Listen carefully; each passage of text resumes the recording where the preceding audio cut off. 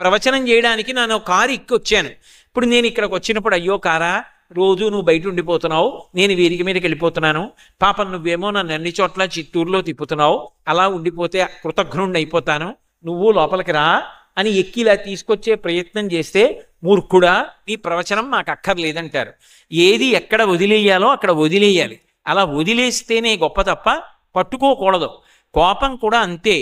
మనం చెప్పు చేతలలో అది ఉందా లేదా, అది మనని పట్టేసుకోకూడదు. మనం దాన్ని ఎంతసేపు పట్టుకోవాలో అంతసేపు పట్టుకుని కార్యం సాధించాలి.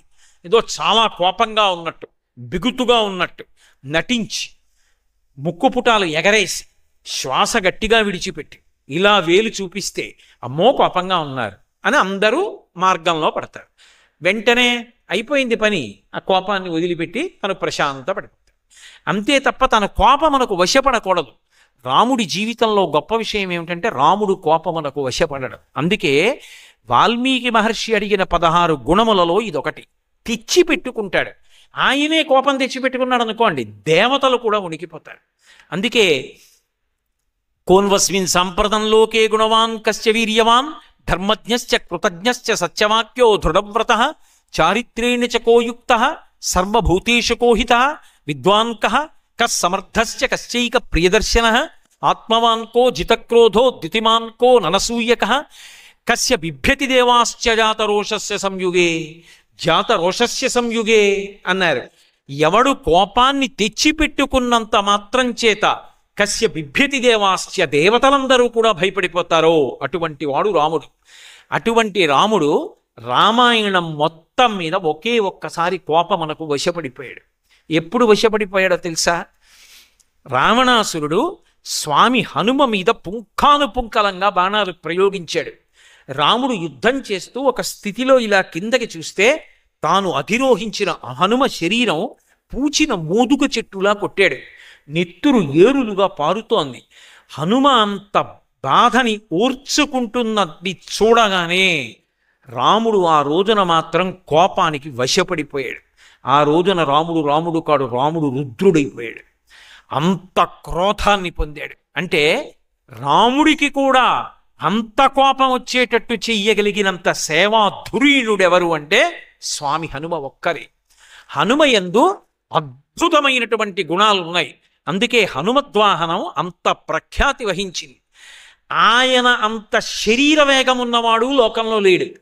ఆయన అంత ధైర్యం ఉన్న మనసున్నవాడు లోకంలో లేడు. అసలు మన మనసుకి ఎక్కడికి పడితే అక్కడికి వెళ్ళిపోయేటటువంటి లక్షణం ఉంది. పూజ చేసుకుందామని కూర్చున్నాను అనుకోండి, ఎక్కడికో పోతుంది నా మనసు. రేపు ప్రయాణం మొదలు పెట్టాలి కదా, ఎన్ని గంటలకి బయలుదేరితే బాగుంటుంది, ఎన్ని గంటలకి నేను ప్రయాణం చెయ్యవలసినటువంటి ప్రదేశానికి చేరుకోవాలి, ఏవో రకరకాల ఆలోచనలు. ఇక్కడ పూజ అయిపోతూ ఉంటుంది. ఇక్కడ అవయవాల్ని యాంత్రీకరించి తాను ఎక్కడికో పోతూ ఉంటుంది మనసు. ఆయన మనసు ఎంత వేగంగా వెడుతుందో అంత వేగంగా ఆయన శరీరం వెడుతుంది. మన అదృష్టం ఏంటంటే మన శరీరానికి ఆ వేగం లేదు. అందుకని కనీసం మనసు వేగం మనిషి కూర్చున్నాడు. మనిషికి కూడా ఆ వేగం వచ్చిందనుకోండి, ఇంకెవడైనా తట్టుకోగలడు అసలు అనుభవించే భోగాలకి?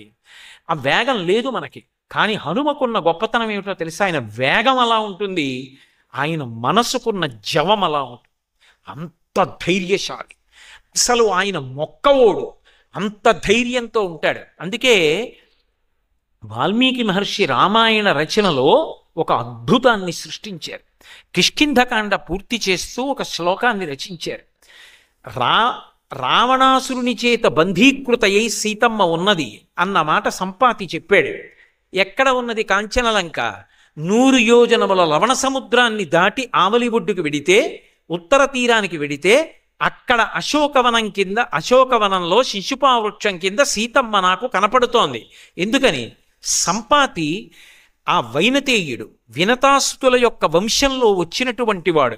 అందుకే ఆయనకి కూడా గరుత్మంతుడు వాళ్ళలాగే దూరదృష్టి. ఎక్కడో కూర్చుని, ఎక్కడో సముద్రానికి ఆవలి వైపు కాంచనలంకలో ఉన్నటువంటి అశోకవనంలో శిశుపావృక్షం కింద కూర్చున్నటువంటి సీతమ్మ దర్శనం చేసి అక్కడుంది సీతమ్మని చెప్పాడు. ఆయన చెప్పింది నిజమని గుర్తేమిటి? కాలిపోయిన రెక్కలు మళ్ళీ వచ్చాయి. రామకార్యం మీద పెడుతున్న వాడికి మాట సాయం చేసినా కాలిపోయిన రెక్కలు వచ్చాయి. ఇది రామకథా బలం. కాబట్టి అటువంటి సంపాతికి రెక్కలు వచ్చాయి. ఇప్పుడు బయలుదేరి వెళ్ళాలి. కానీ అక్కడ ఉన్నవాడు సామాన్యుడు కాడు, అరివీర భయంకరుడు. దేవేంద్రుడంతటి వాడు హడిలిపోతాడు. నైనం సూర్య ప్రతిపతి వార్ష్వేవాతిన మారుత చలోర్మిమాలి తం దృష్ట్వా సముద్రోపి నకంపతే అంటారు బాలకాండలో దేవతలు రావణాసురుడి గురించి చెప్తూ. రావణాసురుడు అలా బయటికి వస్తే, అది గ్రీష్మ ఋతువు అనుకోండి, సూర్యుడు బాగా ప్రకాశించాలి, అపారమైన వేడిని విడిచిపెట్టాలి. మధ్యాహ్నం 12 గంటల వేళ రావణాసురుడు అలా అంతఃపుర గమాక్షంలోకి వచ్చాడనుకోండి, వెంటనే సూర్యుడు తన తేజస్సునంతటినీ ఉపసంహారం చేసి వెనక్కి వెళ్ళిపోతాడు. అంత భయం. సముద్రం దగ్గరికి వచ్చి నించున్నాడు అనుకోండి, సముద్రంలో తరంగాలు రావు. తరంగాలు ఆపేసి ఒక నదిలా సముద్రం తరంగాలు లేకుండా అయిపోతుంది. ఉత్తరాఖండలో ఒక అద్భుతమైనటువంటి విషయాన్ని చెప్పారు. అసలు లోకం అంతా ఎవరికి భయపడుతుందంటే యమధర్మరాజు గారి పేరు చెప్తే భయపడుతుంది. రావణాసురుడికి భయపడి దేవతలందరూ సమావేశం పెట్టుకున్నారు, ముఖ్యులు దిక్పాలులు. పెట్టుకున్నప్పుడు అనుకోకుండా రావణాసురుడు అక్కడికి వచ్చాడు. అయ్యబాబోయ్ వీడు వచ్చేసాడని అక్కడ ఉన్న వాళ్ళందరూ తలో శరీరంలోకి దూరి పారిపోయారు కనపడకుండా. పాపం యమధర్మరాజు గారికి ఏది దొరకల, అలాగే నించున్నాడు. వచ్చేసాడు రావణాసురుడు. అమ్మో వీడు నన్ను చూసేసేస్తాడేమో, నన్ను చంపేస్తాడని ఎవరు? లోకములను భయపెట్టగలిగిన యముడు భయపడ్డాడు.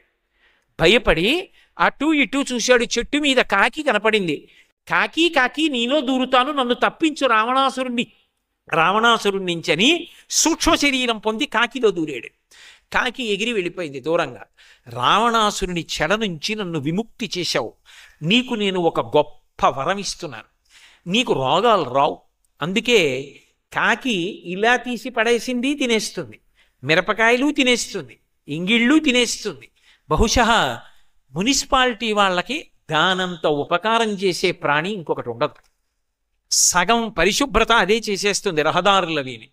అటువంటి కాకి ఏది తిన్నా దానికి అనారోగ్యం ఉండదు.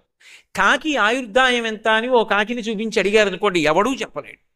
అంత బలంగా ఉంటుంది. సాధారణంగా బలవన్మరణం తప్ప, ఏ విద్యుద్ఘాతానికో మరణించాలి తప్ప సహజంగా వృద్ధురాలైపోయి కాకి చచ్చిపోయిందని చెప్పడం ఎవరికీ సాధ్యం కాదు. కాబట్టి నిన్ను రోగం ఏమీ చెయ్యదు. పైగా నీకు ఒక గొప్ప వరం ఇస్తున్నాను, నువ్వు ముట్టుకుంటే పితృదేవతలు తిన్నట్టే. అందుకే ఇప్పటికీ తద్దినం పెట్టినప్పుడు పిడచ కాకి ముట్టుకుందా లేదా అని కాకి వచ్చింది అమ్మయ్య అంటారు. అది ఎవరిచ్చిన వరం అంటే, ఒకప్పుడు యమధర్మరాజు గారు రావణాసురుణ్ణి చూసి భయపడి కాకి ఇచ్చినటువంటి వరం. అంటే రావణాసురుని యొక్క బలపరాక్రమములు ఎటువంటివో ఆలోచించండి. వాడి దృష్టి పడితే చాలు హడిలిపోతారు అందరూ. నిద్రపోతున్నప్పుడు ఆయన చెయ్యి ఇలా చాపి పడుకుంటే వాల్మీకి మహర్షి అంతటి వారు ఆ చేతిని ఏమని వర్ణించారంటే పంచశీర్షా వివోరగౌ అన్నారు. 5 తలలు కలిగినటువంటి పాము ఒకటి పాన్పు మీద ఇలా పడుకుంటే ఎవరైనా ధైర్యం చేస్తారా దగ్గరికి వెళ్ళడానికి? అది 5 తలల పాము. పాము ఎలా ఉంటుందో ఆయన చెయ్యి అలా ఉంటుంది. మాషరాశ ప్రతీకాశం నిశ్వసంతం భుజంగవత్ గాంగే మహతితోయాంతే ప్రసుప్తం ఇవ కుంజరం అని సుందరకాండలో వర్ణిస్తారు. ఏనుగు గంగానదిలో స్నానం చేసి వచ్చి పడుకుంటే ఎలా ఉంటుందో, నల్లటి మినుముల పోగు తీసుకొచ్చి పోస్తే ఎలా ఉంటుందో, రావణ బ్రహ్మ అలా ఉంటాడు. 10 తలకాయలతో విరాజిల్లుతూ ఉంటాడు. అంత భయపెడతాడు. దేవతలు కూడా హడిలిపోతారు. 100 యోజనముల లవణ సముద్రాన్ని దాటితే ఎక్కడో కాంచనలంక. ఆ కాంచనలంకలో సీతాపహరణార్థేన రావణేన సురక్షితాం సమంతాద్విచరద్భిశ్చ రాక్షసైరుగ్రధన్విభిః అంటారు మహర్షి. ఎప్పుడు ధనస్సులకి వింటినారి తొడిగి బాణాల్ని ఇలా పట్టుకుని తిరుగుతుంటారట. ఏమో ఎవరొస్తారో సీతమ్మ తల్లి జాడ కనిపెట్టడానికని రాక్షసులు ఎప్పుడూ విచ్చుకత్తులు పట్టుకు తిరుగుతూ ఉంటారు. రావణుడు తన బలం మధ్యలో ఉన్నాడు, విడుతున్నవాడు తానొక్కడు విడుతున్నాడు. రావణుడి యొక్క ప్రీతి అంతా సీతమ్మ మీద ఉంది. ఆఖరికి ఆవిడ్ని ఒక పురుష రాక్షసుడు చూడ్డాన్ని కూడా ఆయన అంగీకరించాడు. అందుకే చుట్టూ స్త్రీలని కాపు పెట్టాడు. అంతటి విపరీతమైనటువంటి కామోద్రేకం కలిగినటువంటి వాడు, అంతటి ఉన్మాదమైన బుద్ధి ఉన్నవాడు. అటువంటి లంకకి వెడుతున్నవాడు ఒక్కడే. సాధారణంగా అటువంటి ప్రయత్నం మీద ఎవడైనా వెళ్ళాలి అంటే అసలు ఆ ప్రయత్నాన్ని చెయ్యడెవ్వడు. అమ్మో అక్కడ రావణాసురుడు ఉన్నాడు, మాకెందుకు వచ్చిన గొడవ అని ధైర్యం చెయ్యరు. పైగా 100 యోజనముల లవణ సముద్రాన్ని దాటగలిగిన మొనగాడెవరు అని అడిగితే అంగదుడంతటి వాడు 100 యోజనాల్ని దాటి వెళ్ళగలనేమో, తిరిగి రాగలనని నమ్మకం లేదన్నాడు. జాంబవంతుడంతటి వాడు ఒకప్పుడు వామనమూర్తి పెరిగి పెద్దవాడై 3 లోకములను కొలిచేస్తే ఇంతంతైవటుడు ఇంతయై మరుగుతానింతై అభోవీధిపై అంతై తోజిత మండలగ్రమణ కల్లంతై ప్రభారాశిపై అంతై చంద్రునకంతయై ధ్రువునిపై అంతై మహర్వాటిపై అంతై సత్యపదోన్నతుండగచు బ్రహ్మాండంత సంవర్ధి అని పెరిగిపోతే 21 మార్లు ప్రదక్షిణం చేశా. కానీ ఇప్పుడు ఓపిక లేదు, మోకాళ్ళు నొప్పి, ఎగరలేని 100 యోజనాలు. హనుమాను ఒక్కడివే ఎగరగలవని శాప విమోచనం అయ్యేటట్టుగా స్తోత్రం చేస్తే ఆయన ఒక్కడే ఎగరడానికి సిద్ధపడ్డారు. ఆ మహేంద్రగిరి శిఖరముల మీద నిలబడినటువంటి హనుమ గురించి కిష్కింధకాండ పరిసమాప్తం చేస్తూ వాల్మీకి మహర్షి రామాయణంలో ఒక మాట చెప్తారు. సవేగవాన్ వేగ సమాహితాత్మ హరిప్రవీర పరవీరహంత మనస్సమాధాయ మహానుభావు జగామలంకాం మనసా. వెడుతున్నటువంటిది అంత భయంకరమైన కాంచన లంక. కానీ అసలు బయలుదేరడానికి సిద్ధపడినటువంటి హనుమ ఉన్నారే, ఆయన మాత్రం వెళ్ళడానికి ముందే జగామలంకాం మనసా మనస్వి, ఎంత ఉత్సాహంతో ఉంటారంటే ఆయన శరీరంతో వెళ్ళడం ఇంకా ఆలస్యం, మనసుతో మాత్రం వెళ్ళిపోయారు. అసలు ఆ ఉత్సాహం లేనివాడు జీవితంలో ఏ కార్యాన్ని సాధించలేడు. ఒక సభకి వెడుతున్నాం, పరమోత్సాహంగా వెళ్ళాలి. ఈ పని చేయడానికి వెడుతున్నాం, పరమోత్సాహంగా వెళ్ళాలి. పూజ చేసుకోవడానికి వెడుతున్నాం, పరమోత్సాహంగా పూజకి వెళ్ళాలి. ఉత్సాహం లేకుండా నీరు కారిపోతూ ఏ పని చెయ్యాలన్నా అబ్బా ఇది చెయ్యాలా అని ఏడుస్తూ వెళ్ళిన వాడు అసలు కార్యమునందు నిలబడలేడు, వాడు బరువు కార్యానికి. అదే హనుమైతే సవేగవాన్ వేగ సమాహితాత్మా హరిప్రవీర పరవీరహంత. ఎటువంటి బలం అంటే ఆయనది సామాన్యమైన బలం కాదు. రావణాసురుడితో కలిపి లంకాపట్టణంలో ఉన్నటువంటి సమస్తమైన రాక్షసుల్ని మర్దించి పడగొట్టగలిగినటువంటి బలం ఒక్క హనుమకే ఉన్నది. ఆయన ఒక్కడే రావణుణ్ణి కూడా చంపగలడు, అంతటి తేజోమూర్తి. ఆయన బలం అంతా ఇంతా కాదు. అందుకే అమ్మవారి చూడామణిని చేత్తో పట్టుకున్న తర్వాత ఆ గడప మీద కూర్చుని, తోరణం మీద కూర్చుని జయమంత్రం చెప్తారు. జయిచ్యతి బలో రామో లక్ష్మణశ్చ మహాబలః రాజాయ జయితి సుగ్రీవో రాఘవేణాభిపాలిత దాసోహం కోసలేంద్రస్య రామస్య క్లిష్టకర్మణః హనుమాన్ శత్రుసైన్యానాం నిహంతా మరుతత్మజః న రావణ సహస్రం మే యుద్ధే ప్రతిఫలం భవేత్ శిలాభిస్తు ప్రహరతః పాదపైశ్చ సహస్రశః అర్దయిత్వా పురీం లంకాం అభివజ్య చ మైథిలీం సమృద్ధార్థో గమిష్యామి విశతాం సర్వరక్షసాం అంటారు. నేను ఎలా వచ్చానో అలా సీతమ్మ దర్శనం చేసుకుని మళ్ళీ వెళ్ళిపోతాను. నాకు ఆయుధాలు అక్కర్లేదు, నా గోళ్లతో గుండెలు చీల్చి చంపుతాను, పాదముల కింద పెట్టి మర్దించి చంపుతాను, మోచేతులతో పొడిచి చంపేస్తాను, నా యొక్క బాహుబలంతో చంపుతాను, నా శరీరం కింద పెట్టి నలిపేస్తాను. ఎంతమందిని చంపుతాను అంటే నరావణ సహస్రం మే యుద్ధే ప్రతిఫలం భవేత్. ఒక్క రావణుడు కాదు, 1000 మంది రాక్షసులు కట్టకట్టుకుని వచ్చి నా ముందు నిలబడిన తలలు గిల్లేస్తాను. నా ముందు నిలబడగలిగిన వాడు లేడు. అంతటి బలపరాక్రమములు కలిగిన వాడైనటువంటి హనుమ, ఆయన తేజస్సు అనితర సాధ్యం. అందుకే మహర్షి హనుమ యొక్క యుద్ధం గురించి చెప్తూ ఒక మాట అంటారు. హతైర్నాగైశ్చ తురగైః భగ్నాక్షైశ్చ మహోరథైః హతైశ్చ రాక్షసైర్భూమి రుద్ధమార్గా సమంతతః అంటారు. హనుమ 10 నిమిషాలు యుద్ధం చేశారనుకోండి, కొన్ని వేల ఏనుగులు చచ్చిపోతాయి, కొన్ని వేల గుర్రాలు పోతాయి, లక్షల సైన్యం పడిపోతుంది. పావుగంట యుద్ధం చేస్తే 80,000 మంది కింకరుల మూకని, 7 సేనాగ్రనాయకుల్ని, 7 మంత్రిసుతుల్ని, విరూపాక్ష యూపాక్షౌ దుర్ధరం చైవనాయకం ప్రగసం భాసకర్ణంచ పంచసేన అగ్రనాయకం అని విరూపాక్ష యూపాక్ష దుర్ధర ప్రగస భాసకర్ణులనేటటువంటి 5 కొన్ని లక్షల సైన్యాన్ని, చైత్య ప్రాసాదాన్ని, అశోకవనాన్ని కేవలం హనుమ ఒక్కరే భంజించేశారు అంటే అసలు ఆయన యొక్క బలపరాక్రమముల గురించి చెప్పడం ఎవరికీ సాధ్యం కాదు. అంతటి గొప్ప బలపరాక్రమములు ఉన్నటువంటి వ్యక్తి. ఎంత బలపరాక్రమాలున్నాయి అంటే అన్నీ ఉండి కూడా జీవితం మొత్తం మీద నా కోసం ఈ బలాన్ని ఉపయోగించుకుంటానని ఆయన ఉపయోగించుకున్నటువంటి సంఘటన ఒక్కటి లేదు. చిరంజీవి. చిరంజీవి ఇప్పటికీ ఉన్నారు. ఇప్పటికీ ఉన్న హనుమ తన పేరు చెప్తే రారు. రామకథాలోలుడు. ఎక్కడ రామాయణం చెప్పినా రామనామం చెప్పినా స్వామి హనుమ వస్తారు. ఇప్పటికీ లోకంలో ఒక ఆచారం ఉంది. రామాయణం చెప్పినా సుందరకాండ చెప్పినా రామకథ చెప్పినా పక్కన వేరే ఆసనం వేసి పద్మపీఠం కింద పీఠం వేసి పాదపీఠం కాసిని పువ్వులు వేసి ఉంచుతారు. తప్పకుండా స్వామి హనుమ వచ్చి అందులో కూర్చుని వింటారు అంటారు. ఎందుచేత అంటే రామచంద్రమూర్తి అవతార పరిసమాప్తి చేస్తూ హనుమని అడిగారు, హనుమ నువ్వు కూడా వచ్చేస్తావా? నాతో చాలామంది సరయూ నది ప్రవేశం చేస్తున్నారు, వస్తావా అన్నారు. హనుమ అన్నారు, స్వామి నాకు మీ కథ ఒకటి మీరొకటి కాదు.